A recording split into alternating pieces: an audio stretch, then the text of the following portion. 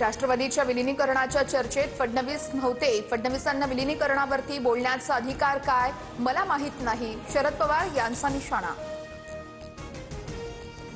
विलीनीकरणासंदर्भात दादा फडणवीसांना बोलले नाहीत याचा विश्वास नसावा। विलीनीकरणाचा विषय हा पवार कुटुंबातील होता, संजय राऊत यांचं वक्तव्य।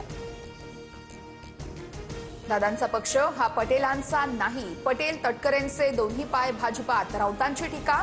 तर पटेल यांनी राज्याला पटेल असं करा, प्रफुल्ल पटेल यांच्या राज ठाकरेंच्या टीकेवरून संजय राऊत यांचा टोला।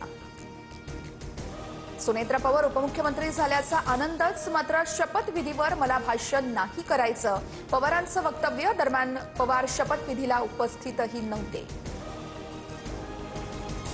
बारामतीच्या विद्या प्रतिष्ठानमध्ये शरद पवारांसह जय आणि पार्थ पवार यांच्यामध्ये बैठक सुरू। अजित पवारांच्या स्मारकाच्या जागेवर आज निर्णय होण्याची शक्यता। विमान अपघात होण्याआधीचा अजितदादांचा शेवटचा फोन कॉल समोर। कार्यकर्ते श्रीजित पवार यांनी अपघातापूर्वीची दादांची फोनवरील ऑडिओ क्लिप ऐकवली। सर्व जाती धर्मांना सोबत घेण्याची दादांची भूमिका।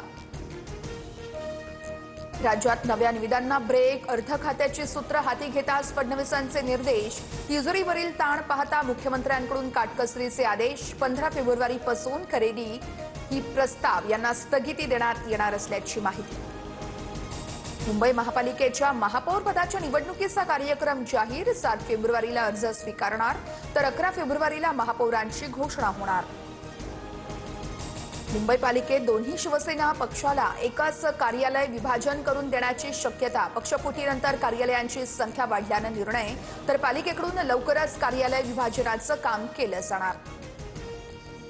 नाशिकमध्ये भाजपात मोठा ट्विस्ट, शहर अध्यक्ष सुनील केदार यांचा तडकाफडकी राजीनामा। महापौर उपमहापौर निवडणुकीवर नाराजी। चंद्रपूर महापालिकेत काँग्रेसच्या गट नोंदणीचा घोळ। वडेट्टीवार यांच्या गटाला नागपूर आयुक्तांकडून नोटीस, 7 मुद्द्यांवर उत्तर मागवलं। चंद्रपुरातील वडेट्टीवार गटाचे नगरसेवक नागपुरात दाखल। काँग्रेसमधील गटबाजीवरती दिल्ली हायकमांड समोरही तोडगा नाहीच, सूत्रांची माहिती।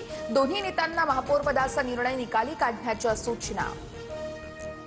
कोकाटे प्रकरणात दादांचा थेट फोन आला होता। दादांनी दरडावून सांगितलं होतं काही प्रॉब्लेम झाला नाही पाहिजे। अजित पवार यांना श्रद्धांजली अर्पण करताना नाशिक पोलीस आयुक्त संदीप कर्णिक यांचं वक्तव्य चर्चेत। लातूरच्या जानवळमध्ये पंकजा मुंडेंवर ग्रामस्थांची नाराजी। बाबासाहेबांच्या पुतळ्याला पुष्पहार अर्पण करण्यावरून गोंधळ, व्हिडिओ सोशल मीडियावर व्हायरल। छत्रपती संभाजीनगरच्या 18 नवनिर्वाचित नगरसेवकांवर अपात्रतेची टांगती तलवार। 3 अपत्य, अतिक्रमण, खोटी कागदपत्र अशा स्वरूपाच्या तक्रारी दाखल। एमआयएमच्या नगरसेवकांविरोधात सर्वाधिक 16 तक्रारी। ठाकरेंच्या शिवसेनेच्या अखिल चित्रेंची नितेश राणेंविरोधात राज्यपालांकडे तक्रार। राणेंच्या काही वक्तव्यांमुळे मंत्रिपदाच्या शपथेचा भंग आणि ग्रामपंचायतीवरती दबावाचाही आरोप।